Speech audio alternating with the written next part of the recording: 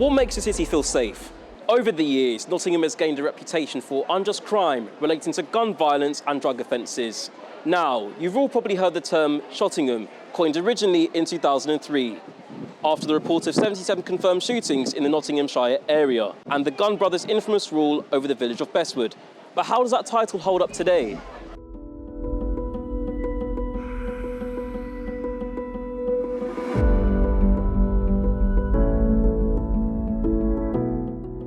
The term Shottingham officially went out of fashion in the early to mid-2010s, with gun violence decreasing exponentially.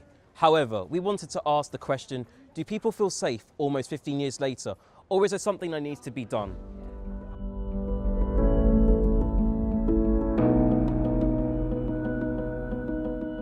We'll be speaking to the residents of Nottingham and a professional source to see if Nottingham's justice system really is sustainable.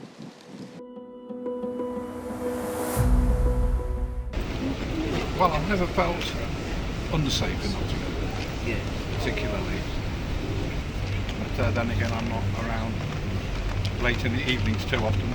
Although St Patrick's Day we were, and it was quite lively, but I didn't feel unsafe. In fact, it was quite fun.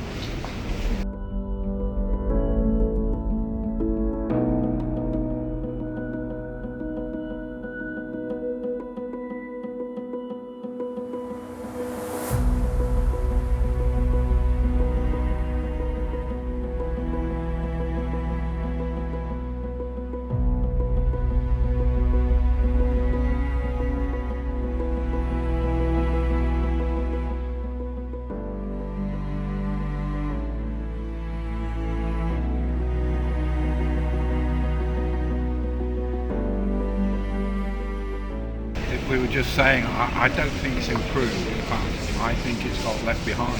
50 years ago, when I came as a student to Nottingham, I felt it was one of the leading cities in the Midlands, if not the UK.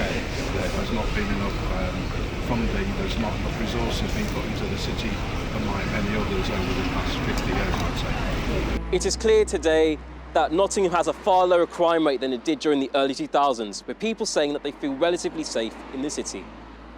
However, there is still a general consensus that more needs to be done by local authorities to ensure a sustainable justice system and a decrease in the rate of crime. Now that we've heard from the public, it's time we gain an experienced insight from Neil Woods, a retired Nottingham Force police officer who spent years undercover in Nottingham's drug network and had an insider view on crime in Nottingham at its height. Do you feel safe in Nottingham? I feel safe anywhere in the UK, really. There's lots of talk about crime going up, and that's not quite true because crime has been falling across the UK since about 1996. But crime within the drug markets has been going up for the last decade. But drug market violence has been more intense for the people that it affects and the communities that it affects. In the early 2000s, the headline of Shottingham, the gang warfare, got into the national news. It was in the national news for days in a row. Things have changed. So drug market violence doesn't get covered by the media in the same way that it used to.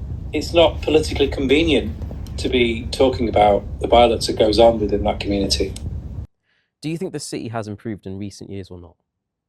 Well, I do know that in Nottinghamshire and in Nottingham, the crime rate has gone down. However, the detection of crimes, as in the solving of crimes, has gone down everywhere, and that includes Nottingham. So this is a bit of a public perception problem, because if the police are not solving crimes like they used to do, it feels like crime is getting worse. We've got better scientific techniques, we have better technology. Theoretically, we should be able to solve more crimes. But of course, we've got drug policy, which is out of control, which puts extra strains on policing. We've had a decade and a half of austerity and cuts to policing. Nottingham has over 50% of its serving police had less than 3 years service.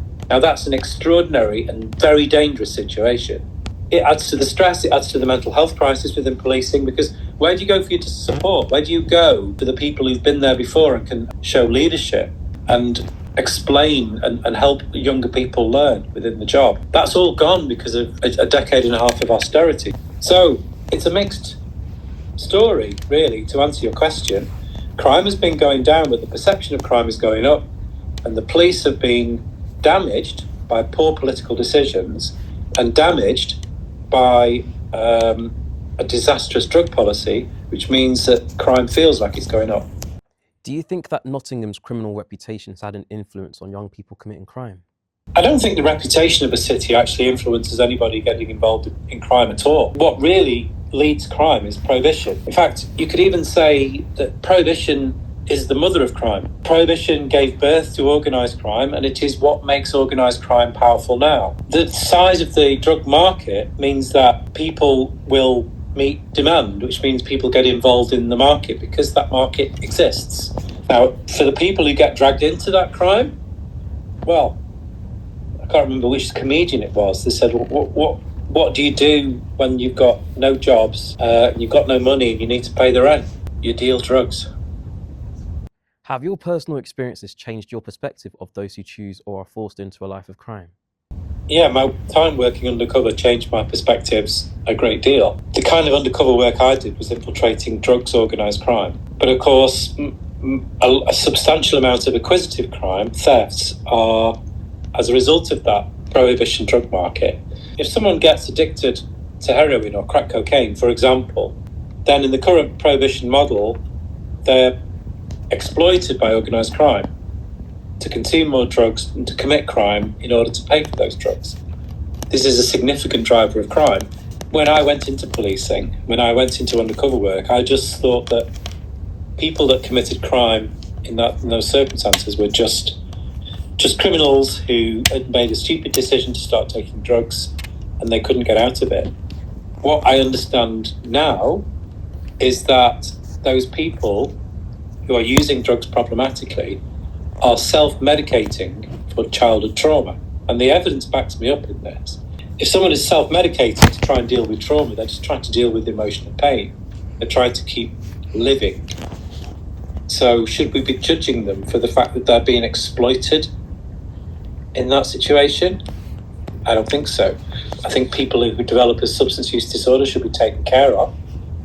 They should be given a safe supply, which would drastically reduce crime and protect them from the exploitation of the worst elements of our society.